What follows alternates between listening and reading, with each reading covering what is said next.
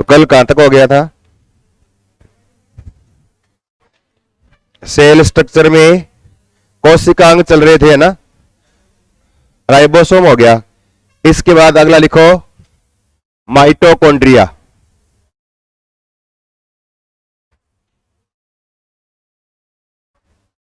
Mitochondria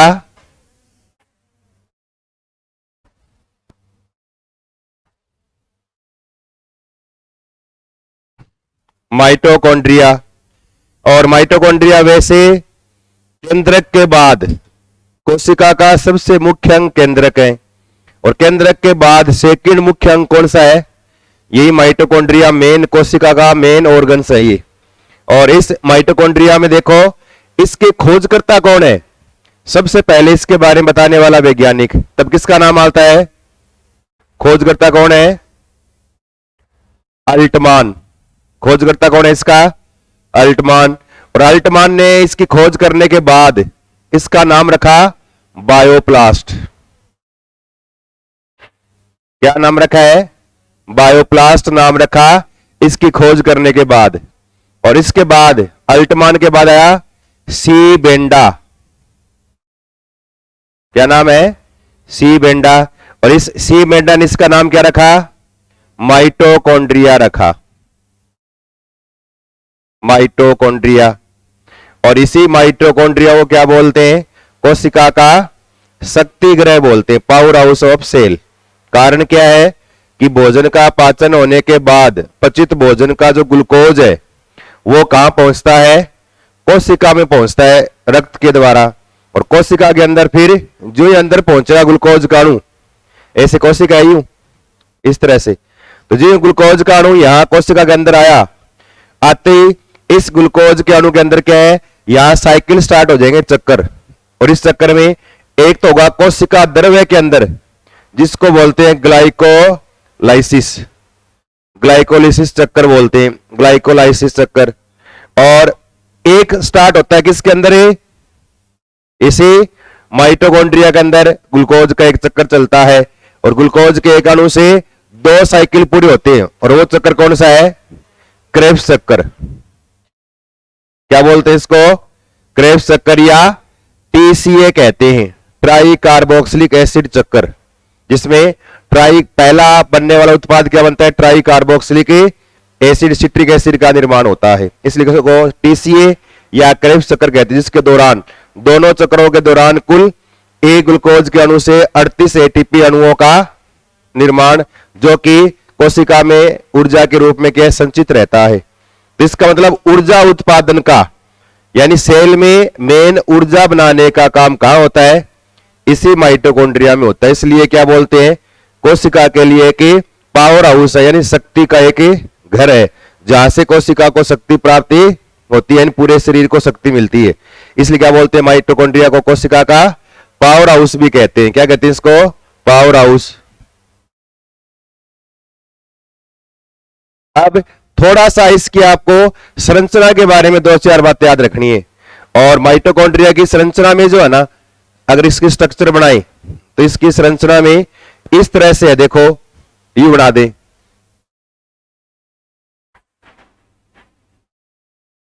थोड़ा सा इसकी साइड से स्ट्रक्चर देखे ना यूं माइटोकॉन्ड्रिया की। अगर आप ये ना बनाना चाहो ना, बिना बनाए काम भी चल सकता है, यूं डायरेक्ट सीधा बना लो चाहिए। अब इसके अंदर ये एक माइटोकॉन्ड्रिया जो है ना, माइटोकॉन्ड्रिया और लवक जो है, ये कोशिकांग जो है ये द्विस्तरीय होती है, यानी इसमें 2 झिल्लियां होती है।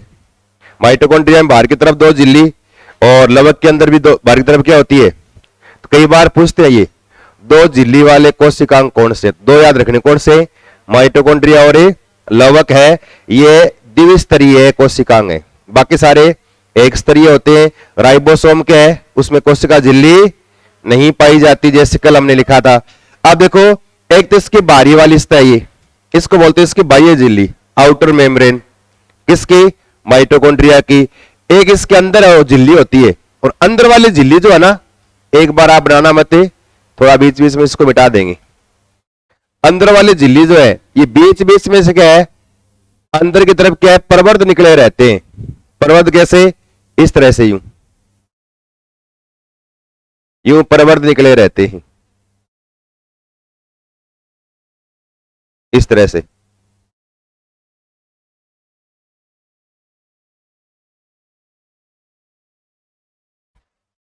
इस तरह से प्रवर्ध निकले रहते हैं अंदर। अंदर वाली झिल्ली क्या है, अंदर की तरफ क्या, अंगुली के समान क्या है, प्रवर्ध बना लेती है। और इस अंगुली के समान बनने वाले प्रवर्धों का नाम है, वो आपको याद रखना है। अब देखो ये तो कौन सी है, बाह्य झिल्ली। ये तो क्या है, बाह्य झिल्ली है माइटोकॉन्ड्रिया की। और ये कौन सी है, इसकी आंतरिक झिल्ली। ये क्या, इसकी आंतरिक झिल्ली है माइटोकॉन्ड्रिया की। और आंतरिक झिल्ली में अंगुली के समान जो है ना ये संरचनाएं, इनको क्या बोलते हैं, क्रिस्टी कहा जाता है। क्या बोलते हैं, अंगुली के समान प्रवर्धों को क्रिस्टी बोलते हैं। ये नाम याद रखना है, बहुत इंपॉर्टेंट है ये।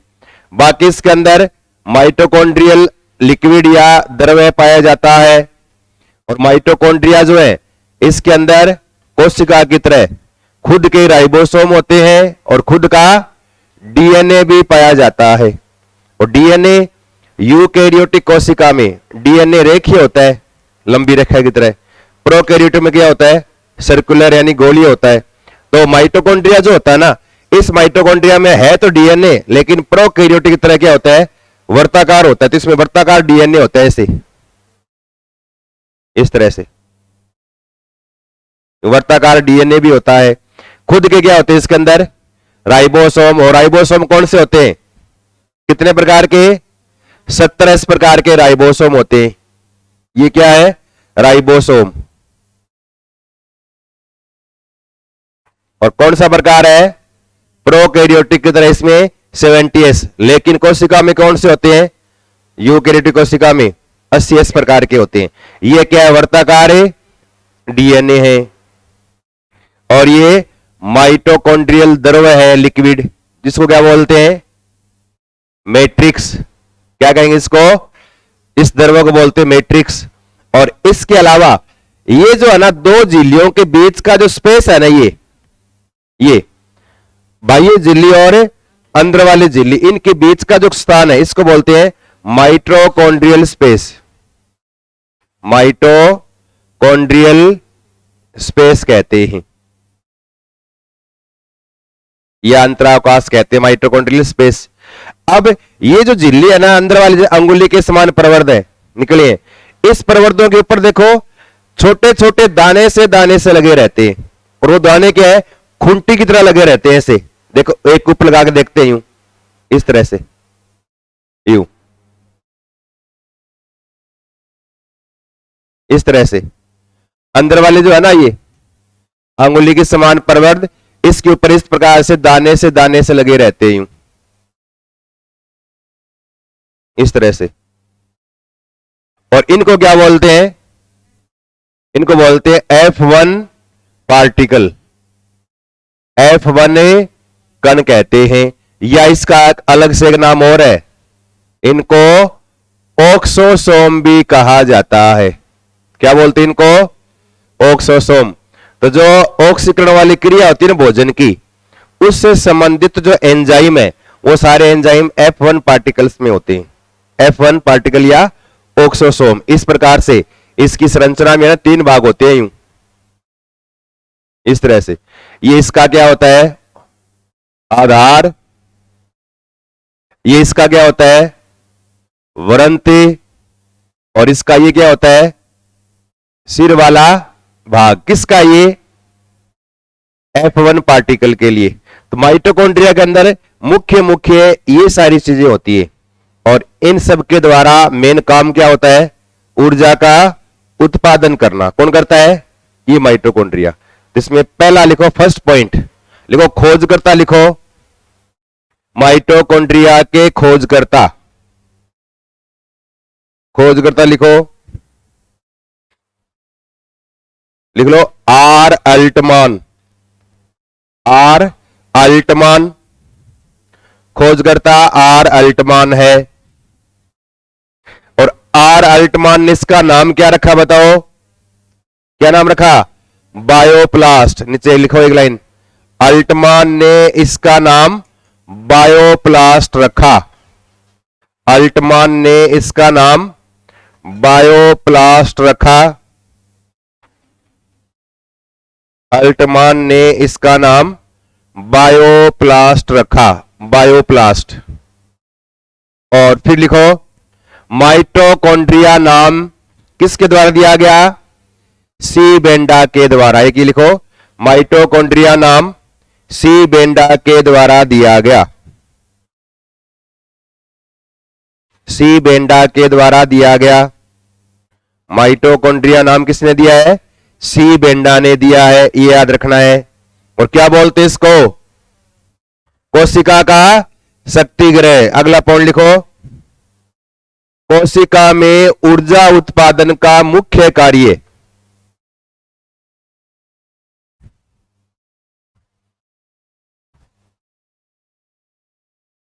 कोशिका में ऊर्जा उत्पादन का मुख्य कार्य कौन करता है? माइटोकॉन्ड्रिया के द्वारा किया जाता है। ऊर्जा उत्पादन का मुख्य कार्य माइटोकॉन्ड्रिया के द्वारा किया जाता है।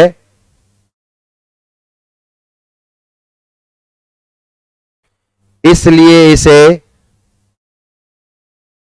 पावर हाउस ऑफ सेल, कोशिका का शक्ति गृह भी कहते हैं। इसलिए इसे कोशिका का शक्ति गृह भी कहते हैं। कोशिका का शक्ति गृह भी कहते हैं। और माइटोकॉन्ड्रिया जो है ना, यूकैरियोटिक कोशिका में इसकी संख्या जो है वो 50 से लेकर 5000 तक हो सकती है। कितनी? 50 से लेकर 5000 तक संख्या में माइटोकॉन्ड्रिया कोशिका में पाए जा सकते हैं। तो अगला एक पॉइंट और लिखो, कोशिका में इनकी संख्या, कोशिका में हाँ, यूकैरियोटिक में होते हैं माइटोकॉन्ड्रिया। कोशिका में इनकी संख्या 50 से 5000 तक हो सकती है।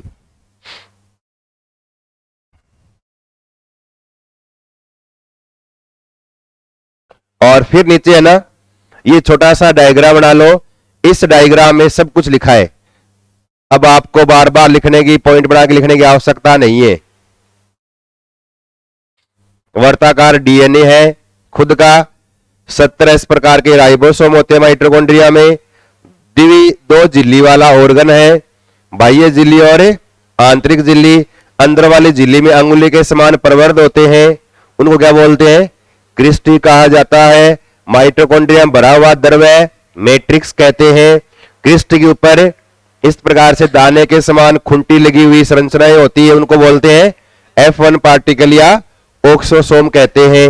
ये बातें इस डायग्राम में लिख लो, पॉइंट बना के लिखाने की आवश्यकता नहीं है। अगर चित्र याद है तो आप प्रश्न कर सकते हो। और इसमें मेन यही क्वेश्चन आता है, माइटोकॉन्ड्रिया में अंगुली के समान पाए जाने वाले प्रवर्ध क्या होते हैं? क्रिस्टी कहलाते हैं।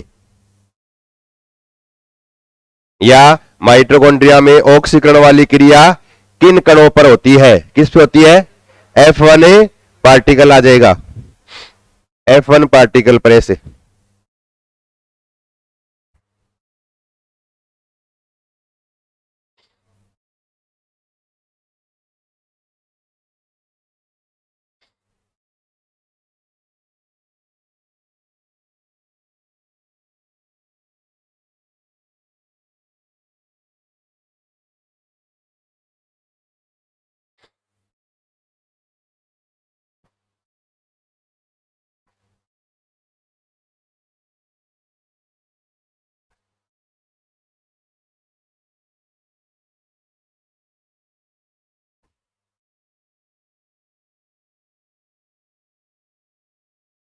जल्दी बढ़ाओ।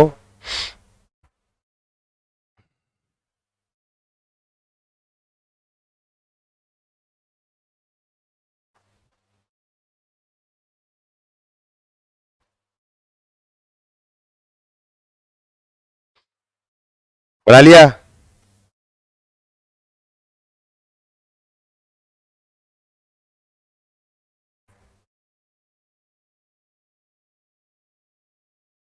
क्रिस्टी को अंडरलाइन कर लो, F1 पार्टिकल को भी अंडरलाइन कर लो।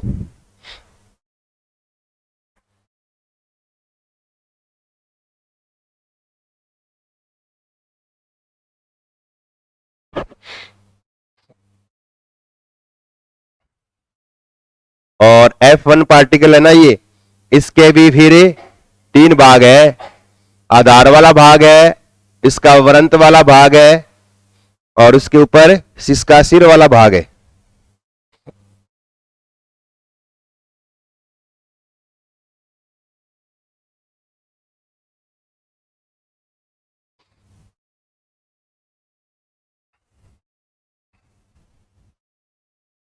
लिख लिया, बना लिया ना ये। फिर नीचे एक पॉइंट लिखो। हाँ रुक गया।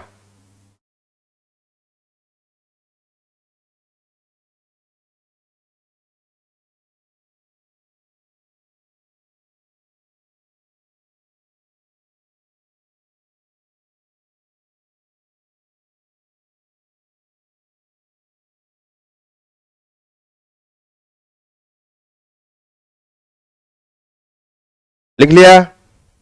और आंतरिक झिल्ली में अंगुली के समान पाए जाने वाले प्रवर्धी क्रिस्टी कहलाते हैं, जिस पर पाए जाने वाले कण को क्या बोलते हैं? F1 particle.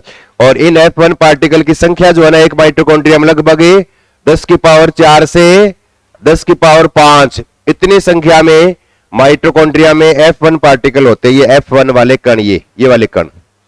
और ये कण क्या काम करते हैं? माइटोकॉन्ड्रिया में होने वाली एक तो ETS electron transport system, electron परिवहन तंत्र, एक तो इलेक्ट्रॉन परिवहन तंत्र से संबंधित एंजाइम, एक ऑक्सीडेटिव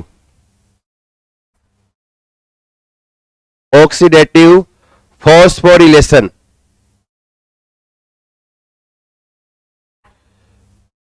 ऑक्सीडेटिव फॉस्फोरिलेशन से संबंधित जितने भी एंजाइम है ना, ये फॉस्फोराइलेशन, इनसे संबंधित जितने भी एंजाइम है वो सारे किसमें मिलते हैं?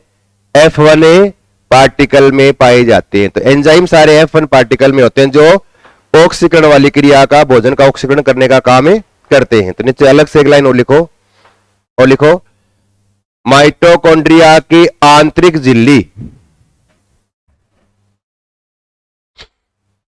माइटोकॉन्ड्रिया की आंतरिक झिल्ली अंगुली के समान प्रवर्ध में,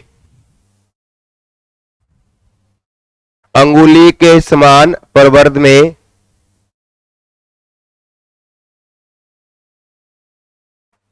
रूपांतरित रहती है, जिन्हें क्रिस्टी कहा जाता है।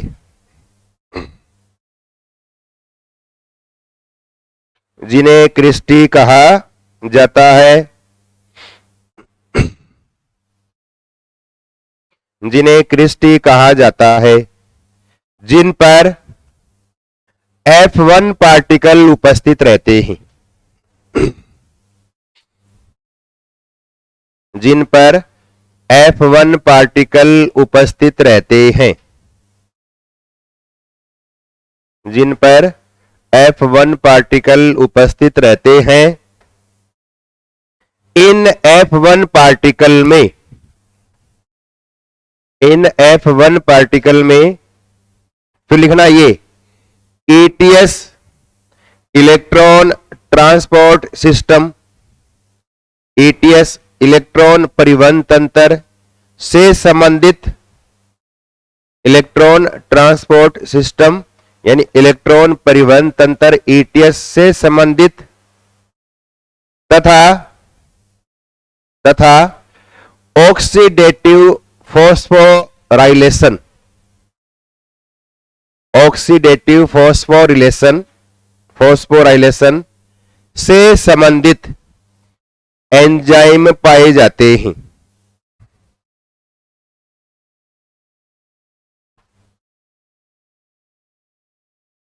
से संबंधित एंजाइम पाए जाते हैं। तो एटीएस और ऑक्सीडेटिव फॉस्फोरिलेशन वाले एंजाइम कहां होते हैं? F1 पार्टिकल में। तो मेन ऑक्सीडेशन वाला काम F1 पार्टिकल ही करता है। इसके अलावा माइटोकॉन्ड्रिया में भरा हुआ ये लिक्विड है, ये वाला लिक्विड क्या बोलते हैं इसको? मैट्रिक्स। तो कुछ एंजाइम इसके मैट्रिक्स के अंदर भी पाए जाते हैं और उसके अंदर मेन साइटोक्रोम वाले एंजाइम होते हैं। ऑक्सीडेटिव साइटोक्रोम, ऑक्सीडेटिव साइटोक्रोम में रिडक्टेज, यानी दो है, साइटोक्रोम में ऑक्सीडेज मतलब ऑक्सीडेशन से संबंधित। इसी प्रकार से साइटोक्रोम, रिडक्टेज, ये जो एंजाइम है ये F1 पार्टिकल में न होकर कहां होते हैं?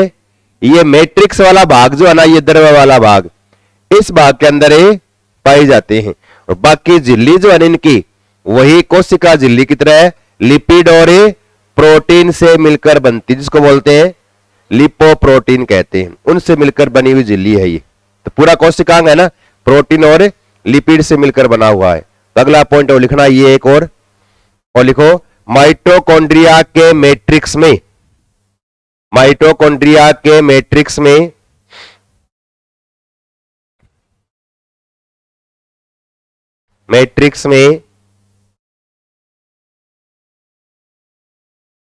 Cytochrome oxidase, cytochrome oxidase, comma cytochrome reductase,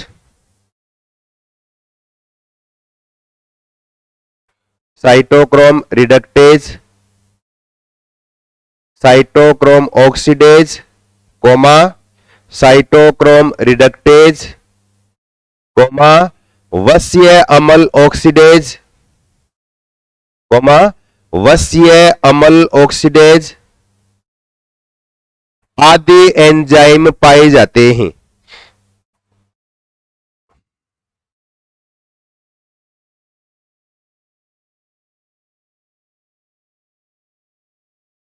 आदि एंजाइम पाए जाते हैं।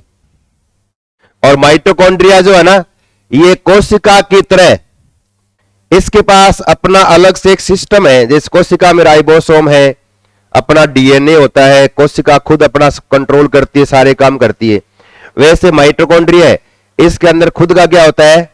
डीएनए होता है, लेकिन वर्ताकार होता है। खुद के राइबोसोम होते हैं 70 प्रकार के, इसलिए खुद अपनी प्रोटीन का जहां आवश्यकता पड़ती है ना, तो एंजाइम अधिकतर प्रोटीन के बने होते हैं। तो जिन एंजाइम की आवश्यकता हो उन्हीं एंजाइम को बाहर कोशिका से सप्लाई नहीं करना पड़ेगा, ये माइटोकॉन्ड्रिया खुद बना लेगा। तो आवश्यक एंजाइम का संश्लेषण और इसको जो प्रोटीन चाहिए मरम्मत के लिए, वो प्रोटीन 17 राइबोसोम से बनती है। तो प्रोटीन का निर्माण भी ये खुद कर लेता है। तो अपने लिए आवश्यक सामग्री का निर्माण ये खुद कर लेता है। तो खुद पर निर्भर है, ये अन्य पर निर्भर नहीं है। इसलिए क्या बोलते हैं इसको? अर्ध स्वायत्त शासित अंग बोलते हैं, या कहते हैं सेमी ऑटोनोमस बॉडी बोलते हैं। एक तो होते ऑटोनोमस, पूर्णतया स्वतंत्र, यानी किसी पर निर्भर नहीं, लेकिन ये थोड़ी मात्रा में किस पर निर्भर है? कोशिका के अंदर है, कोशिका पे डिपेंड रहना पड़ेगा ही, लेकिन खुद भी काम कर सकता है। तो अर्ध स्वायत्त अंग है ये, या सेमी ऑटोनोमस बॉडी कहते हैं किसको? इसी माइटोकॉन्ड्रिया को। अगला पॉइंट और लिखो, माइटोकॉन्ड्रिया दो झिल्ली वाला कोशिकांग है। इसको अंडरलाइन कर लो। माइटोकॉन्ड्रिया दो झिल्ली वाला कोशिकांग है, कोशिकांग है। दूसरा पॉइंट लिखो, माइटोकॉन्ड्रिया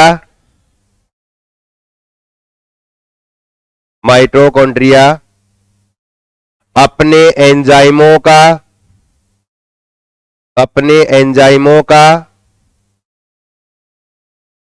व अपनी प्रोटीन का संश्लेषण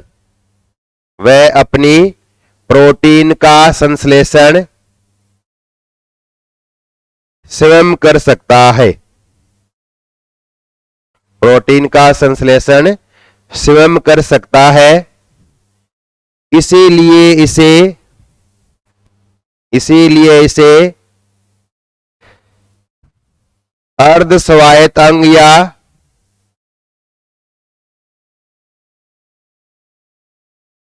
सेमी ऑटोनोमस बॉडी भी कहा जाता है। अर्ध स्वायत्त अंग या सेमी ऑटोनोमस बॉडी कहा जाता है। अर्ध स्वायत्त अंग।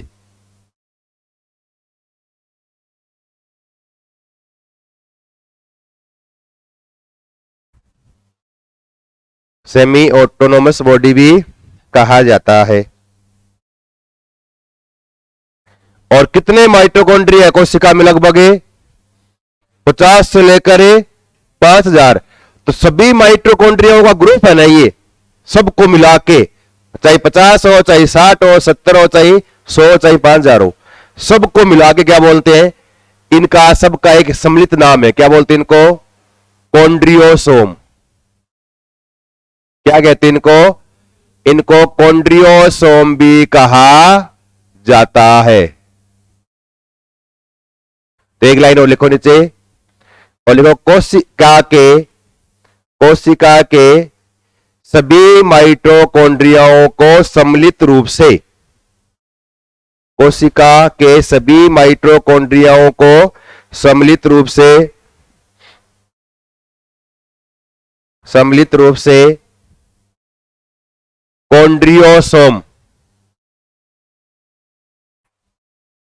कॉन्ड्रियोसोम भी कहा जाता है। कॉन्ड्रियोसोम भी कहा जाता है। कॉन्ड्रियोसोम। और जो पेशी होती है ना, पेशी कोशिकाएं, मसल सेल्स जो होती है, तो अगर पेशी कोशिका के अंदर भी माइटोकॉन्ड्रिया होते हैं, तो अगर पेशी कोशिका के अंदर जो माइटोकॉन्ड्रिया है उनको कहते तो माइटोकॉन्ड्रिया ही है, लेकिन उनका इसकी तरह एक नाम और है, उनको बोलते हैं सार्कोसोम। क्या कहते हैं उनको? उनको सार्कोसोम कहा जाता है। तो एक लाइन और लिखो नीचे, और लिखो पेशियों में पाए जाने वाले माइटोकॉन्ड्रियाओं को, पेशियों में पाए जाने वाले माइटोकॉन्ड्रियाओं को सार्कोसोम कहा जाता है।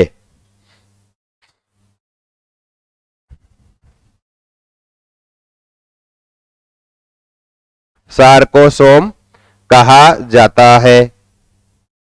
तो कॉन्ड्रियोसोम तो सबको मिला के, और सार्कोसोम में पेशी कोशिकाओं के माइटोकॉन्ड्रियाओं क्या बोलते हैं? सार्कोसोम बोलते हैं।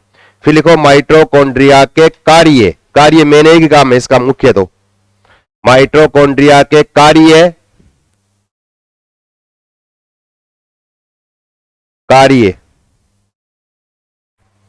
और कार्य में पहला नंबर 1, कोशिका में ऊर्जा उत्पादन का कार्य। कोशिका में ऊर्जा उत्पादन का कार्य।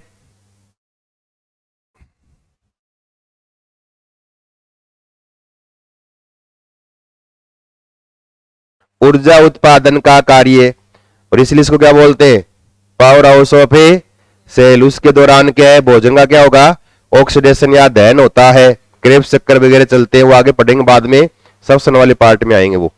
तो ऊर्जा उत्पादन का मेन काम। इसके अलावा अंडाणु जो होता है ना, अंडाणु के अंदर योग जो होता है ना, जर्दी जिसको बोलते हैं, हिंदी में क्या बोलते हैं? जर्दी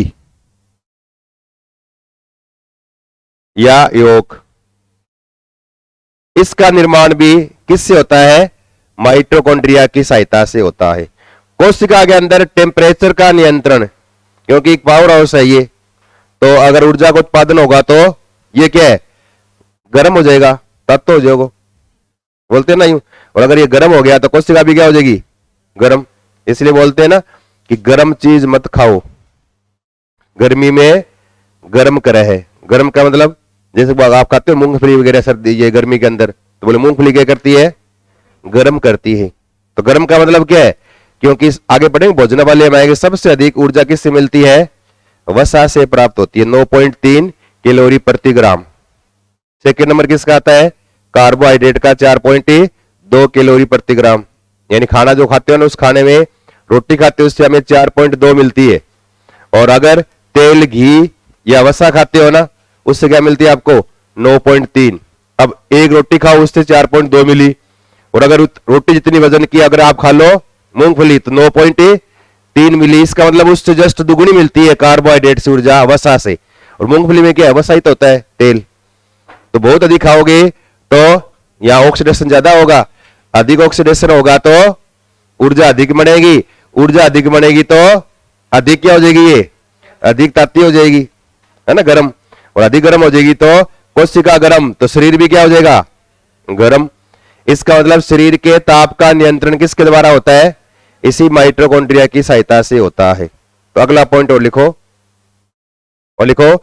अंडाणु में, अगला पॉइंट लिखो, अंडाणु में यौगिक का निर्माण यानी जर्दी, अंडाणु में यौगिक का निर्माण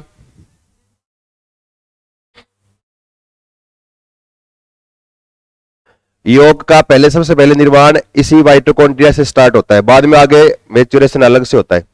योग का निर्माण। और फिर अगला लिखो एक पॉइंट और, कोशिका के ताप का नियंत्रण, कोशिका के ताप का नियंत्रण, ताप का नियंत्रण।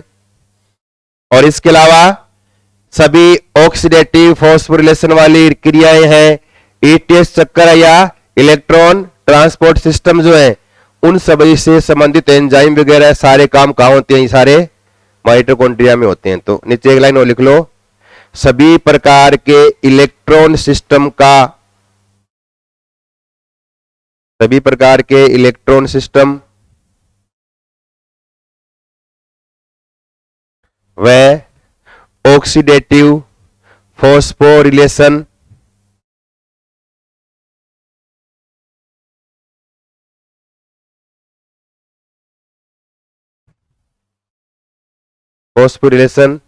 से संबंधित एंजाइम, से संबंधित एंजाइम इसमें पाए जाते हैं, से संबंधित एंजाइम इसमें पाए जाते हैं।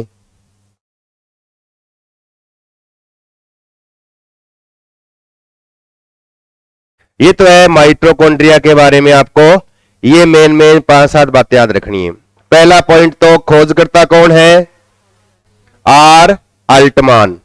नाम किसने दिया माइटोकॉन्ड्रिया? सी बेंडा के द्वारा दिया गया। कोशिका का सेकंड मेन अंग है ये। पहला कौन है? केंद्रक। कोशिका का सबसे मुख्य अंग केंद्रक। दूसरा मुख्य अंग कौन सा है? माइटोकॉन्ड्रिया। और कोशिका में 2 झिल्लियों वाले कोशिकांग केंद्रक को छोड़ दें तो वो कौन से हैं? माइटोकॉन्ड्रिया और लवक होते हैं।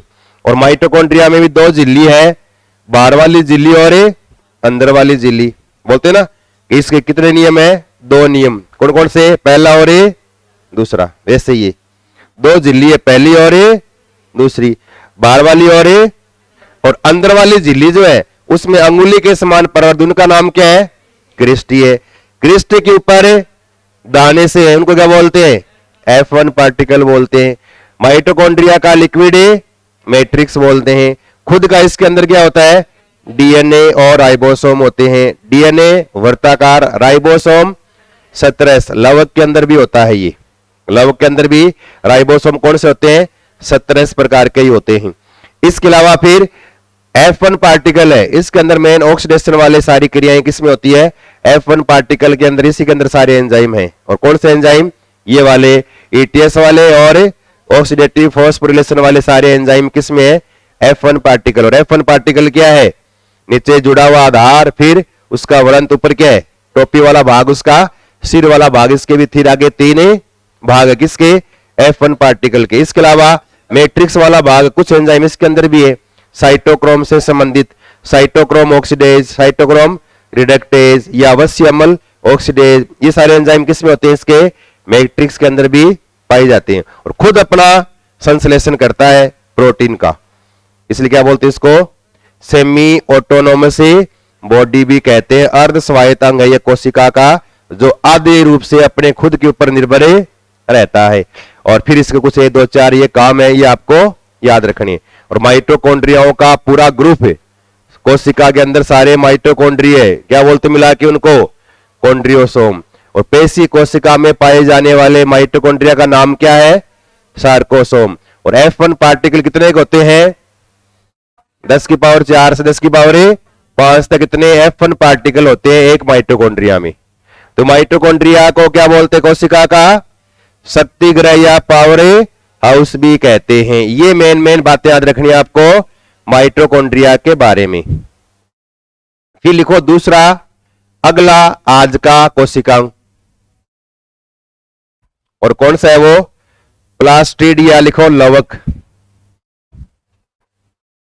प्लास्टिड यानी लवक।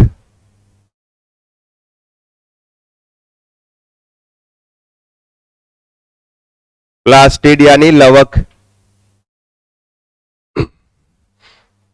और ये केवल कहां होते हैं, कहां होंगे ये, पादप कोशिका में पाए जाते हैं, जंतु कोशिका में नहीं पाए जाते। पहला पॉइंट लिख लो, ये केवल पादप कोशिका में उपस्थित होते हैं।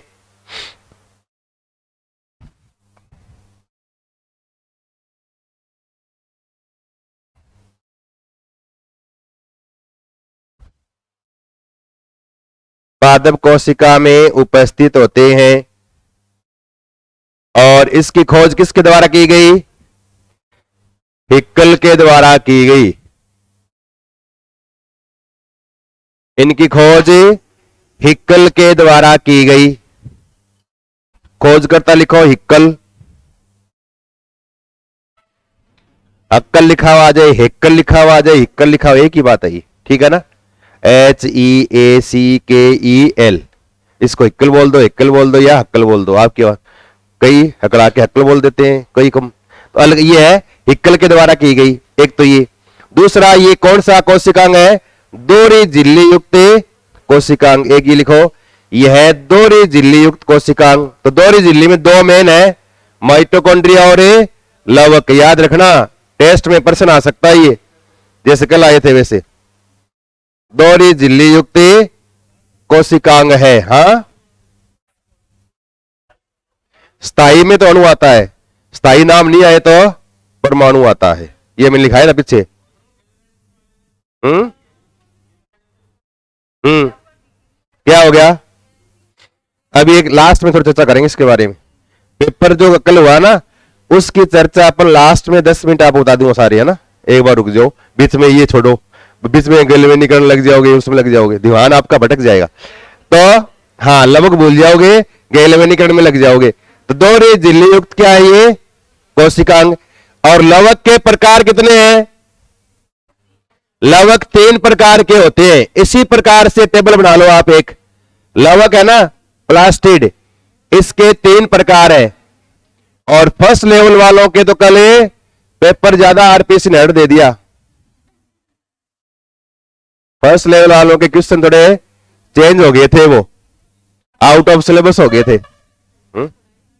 ना, मैंने क्वेश्चन तो बनाए थे अलग मैंने, लेकिन वो टाइप करने वाले ने वो क्वेश्चन याद नहीं रहे, उसने सेकंड लेवल वाले उठा के डाल दी उसमें। बाकी मैंने तो वही डाले थे, टमाटर में पाया जाने वाला अम्ल, नींबू में पाया जाने वाला अम्ल, है ना। पीएच का सूत्र क्या होता है, रक्त की पीएच का मान कितना होता है, कौन सा लवण अम्लीय प्रकृति का है, 4 लिखे थे। फिर आगे नीचे ऐसे करके आपको 8-10 क्वेश्चन अम्ल 4 लवण के दिए थे मैंने तो, लेकिन बाद में है, अगले में ये नहीं देंगे अब, आगे करवा देंगे कभी। तो लवण, ये लवक के 3 प्रकार है। और कौन कौन से हैं, एक तो है अवर्णी लवक,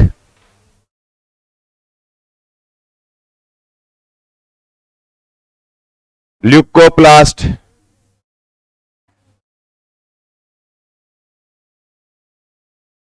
दूसरा है वर्णी लवक,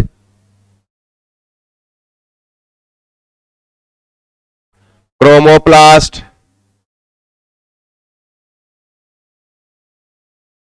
और तीसरा है हरित लवक। क्लोरोप्लास्ट।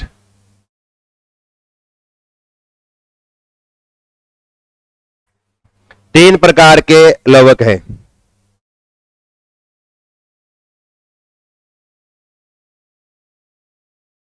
इनमें किसी भी प्रकार का रंग नहीं होता, कलरलेस होते हैं। इनमें रंग अनुपस्थित।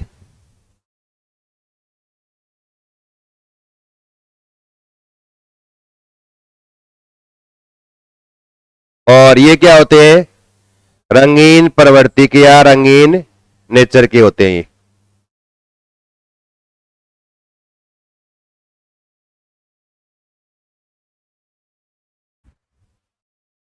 और हरित लवक में हरे रंग का है, और इसके अंदर पढ़ेंगे क्लोरोफिल के बारे में पढ़ेंगे, मेन अपना वही है।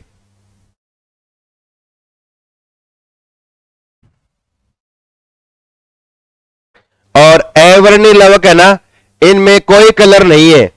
इसका मतलब रंग तो है नहीं, तो वो प्रकाश संश्लेषण वाला, दिखने में सुंदर दिखने वाला, कि जैसे फूल है, फूल के दल है, बाह्य दल चलो हरे हैं, दल है उसमें पंखुड़ियां है, कोई लाल, गुलाब में लाल है ना, लाल है, या पिंक कलर का है, या अन्य फूलों में पीले रंग का है, या जैसे भी कलर है वो अलग अलग। इसका मतलब उनमें दल का रंग जो होता है ना, वो रंग तो किससे है?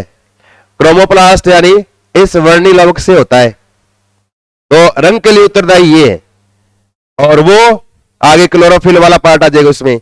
अब इसमें रंग तो है नहीं है, तो प्रकाश संश्लेषण वाला काम भी नहीं कर सकता, और नहीं दिखने में सुंदर है ये, तो क्या काम का है? लेकिन सबसे बहुत अच्छे काम का, ये सबसे मेन काम का यही है, दिखने में अच्छा लगे ना लगे, लेकिन पेट भरना चाहिए। और पेट भरने वाला काम कौन करता है? यही भोजन का संचय करने वाला लवक। भोजन को संचित करने वाला कौन सा होता है? अवर्णी लवक के द्वारा भोजन का क्या होता है? संचय होता है। तो स्टार्च का संचय करने वाला अलग अलग, और ये मेन है ना, जड़ में, तने में, पत्तियों में जहां भोजन का संचय होता है, वहां पर ये अवर्णी लवकें पाई जाती है। इसी के नीचे लिख लो अवर्णी के नीचे, इसी के नीचे लिखो, अवर्णी के नीचे लिखो, और लिखो इन लवक के द्वारा। अवर्णी वाले पार्ट में लिखना है, पूरे मतलब जरा लाइन, इसके नीचे सिर्फ इनके द्वारा भोजन का संचय किया जाता है। इनके द्वारा भोजन का संचय किया जाता है। जैसे जैसे स्टार्च का संचय करने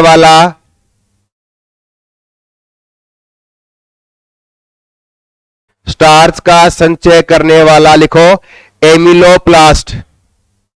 स्टार्च का संचय करने वाला एमिलोप्लास्ट।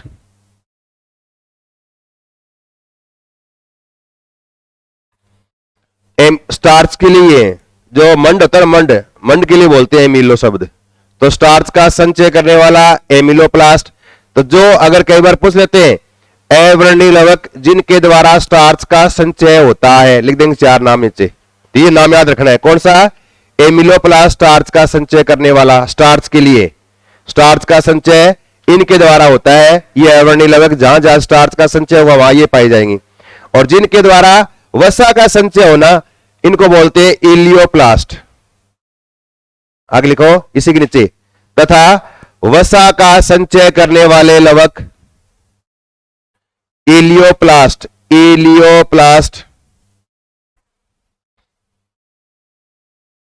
इलियोप्लास्ट।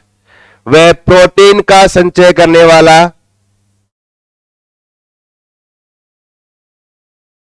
एल्यूरोप्लास्ट। प्रोटीन का संचय करने वाले एल्यूरोप्लास्ट। ये 3 नाम याद रखने हैं आपको, ये तीनों बहुत इंपॉर्टेंट है। ये तीनों है ना, ये तीनों ही नाम बहुत इंपॉर्टेंट है। स्टार्च का संचय करने वाले लवक कौन से हैं? एमिलोप्लास्ट। ये सबसे मेन यही है स्टार्च वाला।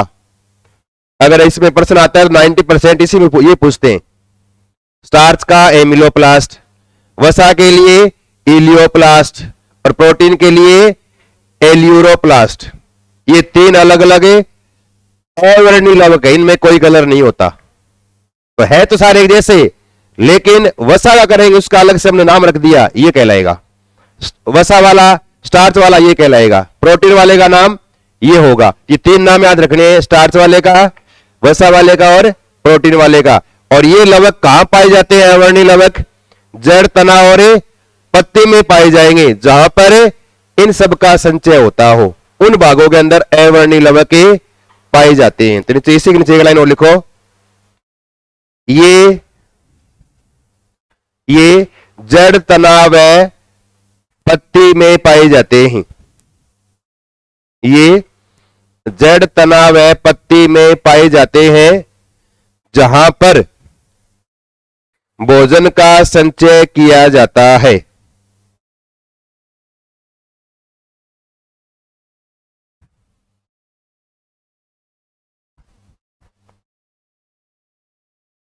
किया जाता है। अब वर्णी लवक, इसमें अवर्णी मतलब हिंदी में यार नाम याद रह जाएगा, अवर्णी, वर्णी मतलब रंग, अ मतलब नहीं, यानी रंग नहीं। जिन लवकों में रंग नहीं वो अवर्णी लवक, और जिनमें रंग नहीं क्या काम करेंगे? स्टोरेज का काम करेंगे, भोजन को संचित रखने का काम करेंगे। और भोजन के हमारे पास तीन प्रकार है, हो सकता है वो स्टार्च के रूप में, हो सकता है वो वसा के रूप में, हो सकता है वो प्रोटीन के रूप में। तो स्टार्च के रूप में हो, उनको इकट्ठा करने वाला अलग नाम है एमिलोप्लास्ट कहला दिया हमने। वसा का संचय करने वाले अलग नाम है इलियोप्लास्ट बोल दिया। प्रोटीन का संचय करने वाला एल्यूरोप्लास्ट अलग नाम लिख दिया हमने। और ये सभी जड़, तना और पत्ती के अंदर हर जगह पाई जाएंगे, जहां पर इन सब का क्या होता हो? स्टोरेज होता हो। दूसरा है वर्णी लवक। वर्णी मतलब इनमें कलर होगा, रंग, रंग वाले वर्णक। और इसमें क्लोरोफिल को छोड़कर, कौन सा लिखा ना, हरित लवक अलग कर दिया इसका पार्ट, क्लोरोफिल को छोड़ दो, इसके अलावा जितने भी सारे वर्णी लवक है, सारे कौन से हैं? वर्णी। सारे लवक कौन से वर्णी कहलाएंगे? क्लोरोफिल को छोड़ दे तो। बाकी चाहे कोई भी रंग हो, किसके अंदर आएंगे? वो वर्णी लवक, वर्णी लवक के अंदर आएंगे। तो इसमें लिखो नीचे एक लाइन और लिखो, क्लोरोफिल को छोड़कर, क्लोरोफिल को छोड़कर शेष रंग वाले सारे, कोई भी आ जाए क्लोरोफिल को छोड़ दे, हाँ वो अलग ही है। क्लोरोप्लास्ट यानी हरित लवक, इसी के अंदर है पर्ण हरित बोलते इसको। ये सेम ये की बात है, हरित लिख दे, पर्ण हरित लिख दे की बात है। क्लोरोफिल को छोड़कर शेष सभी वर्णी या शेष सभी रंग वाले लवक, हरित लवक को छोड़कर या क्लोरोफिल को छोड़कर शेष सभी रंग वाले लवक वर्णी लवक कहलाते हैं।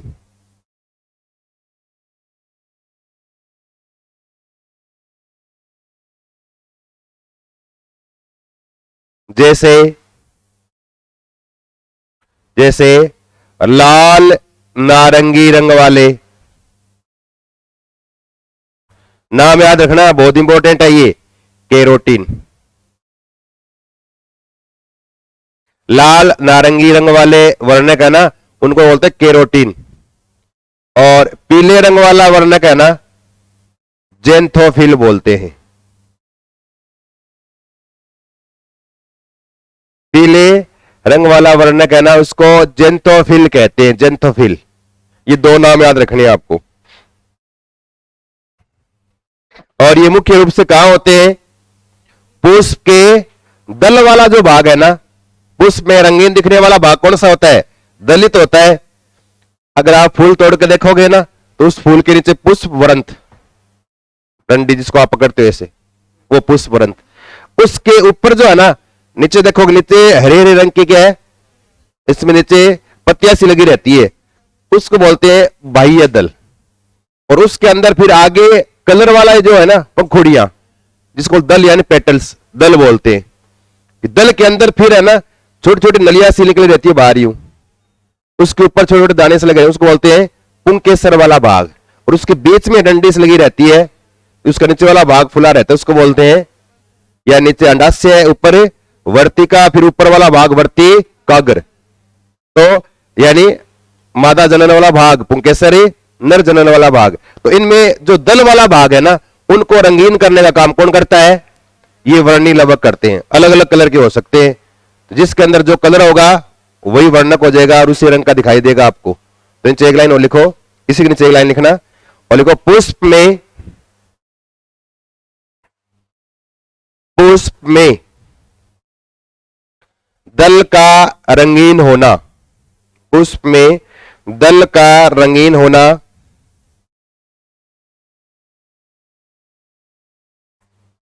और फिर नीचे एक लाइन और लिखो। और कई बार, बहुत बार एग्जाम में आता है, गाजर में पाया जाने वाला लवक या प्लास्टिड लवक कौन सा है?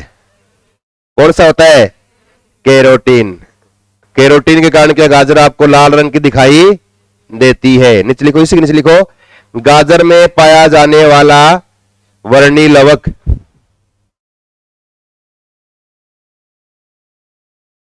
वर्णी लवक, और आगे लिखो डैश करके कैरोटीन, कैरोटीन।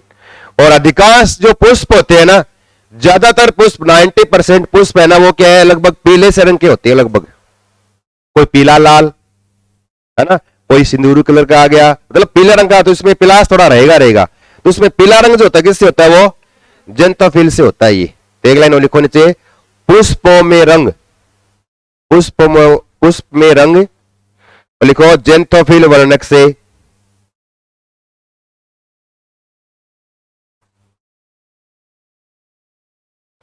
और मिर्च में कैप्सिथिन,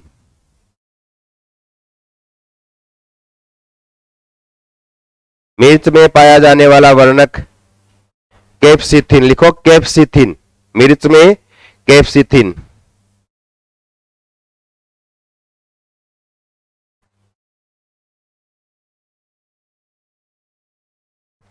और ये है ना क्लोरोप्लास्ट, क्रोमोप्लास्ट, ये सारे वर्णक है, ये एक दूसरे के अंदर बदलते रहते हैं, चेंज होते रहते हैं। इसलिए टमाटर और मिर्च जो होता है ना, टमाटर और मिर्च है, वो प्रारंभ में क्या होते हैं? हरे होते हैं। किससे होते हैं? वो क्लोरोप्लास्ट से होते हैं। बाद में इस क्लोरोप्लास्ट का परिवर्तन किस में होता है? क्रोमोप्लास्ट में बदल जाते हैं, जिससे क्या फिर लाल रंग के हो जाते हैं इसके कारण। तो नीचे एक लाइन और लिखा अलग से, इसी के नीचे लिखना है, या इन दोनों के नीचे लिख लो, इन दोनों को मिला के। इसको हम अलग पढ़ेंगे बाद में, पूरा मैन इसके बारे में पढ़ना है हरित लवक। इसके नीचे लिख लो अलग से एक लाइन लिख लो और लिखो ये लिखो chloroplast comma chromoplast, chloroplast, chromoplast व ल्यूकोप्लास्ट, ये तीनों है ना, तीन नाम लिखने वापस। क्लोरोप्लास्ट यानी अवर्णी लवक, क्रोमोप्लास्ट वर्णी लवक, क्लोरोप्लास्ट हरित लवक, एक दूसरे में परिवर्तित होते रहते हैं, एक दूसरे में परिवर्तित होते रहते हैं।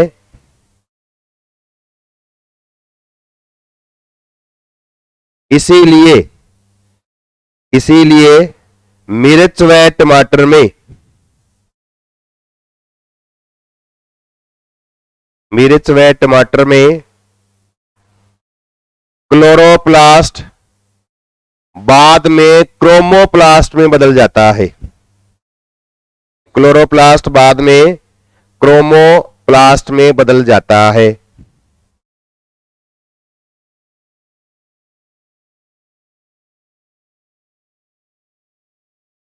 क्लोरोप्लास्ट बाद में क्रोमोप्लास्ट यानी वर्णी लवक में बदल जाता है। और ये हमें इसके बारे में थोड़ा सा पढ़ना है, किसके बारे में? हरित लवक यानी पर्णहरित के बारे में। तो अलग से लिख लो नीचे इसको, हरित लवक यानी पर्णहरित।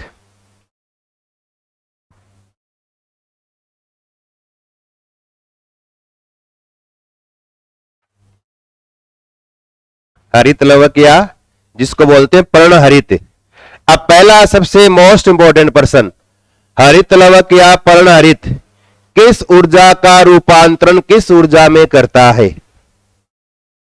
प्रकाश ऊर्जा का रूपांतरण रासायनिक ऊर्जा में करता है।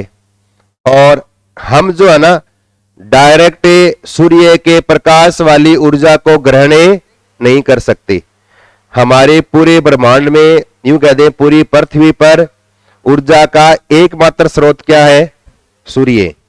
और अगर पौधे नहीं हो ना तो हम सूर्य की तरफ देखते रहो चाहिए, आप उसकी ऊर्जा प्राप्त नहीं कर सकते। आपके पास कोई साधन नहीं है कि उस प्रकाश ऊर्जा को आप अपने शरीर के अंदर अन्य ऊर्जा में चेंज कर ले।